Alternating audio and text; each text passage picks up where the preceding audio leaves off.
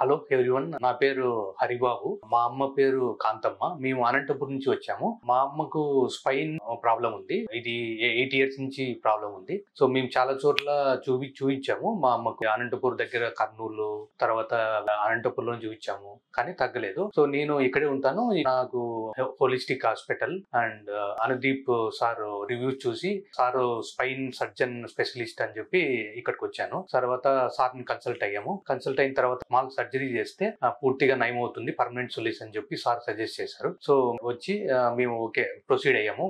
మాకు ఇన్సూరెన్స్ ఉంది, ప్రొసీడ్ అయ్యాము. సో ఇక్కడ చాలా సర్జరీ కూడా అయిపోయింది, నిన్న జరిగిపోయింది. మా అమ్మ అయితే అంత స్పైన్ సర్జరీ చేసినా కూడా కొంచెం కూడా పెయిన్ లేదు, అంత బాగుంది.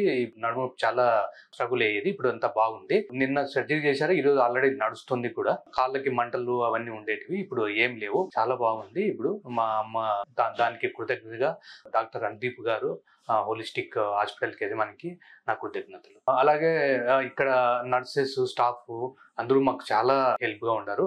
నర్సెస్ అయితే చాలా దగ్గరుండి చూస్తారు, మా అమ్మను చాలా కేరింగ్ ఉన్నారు.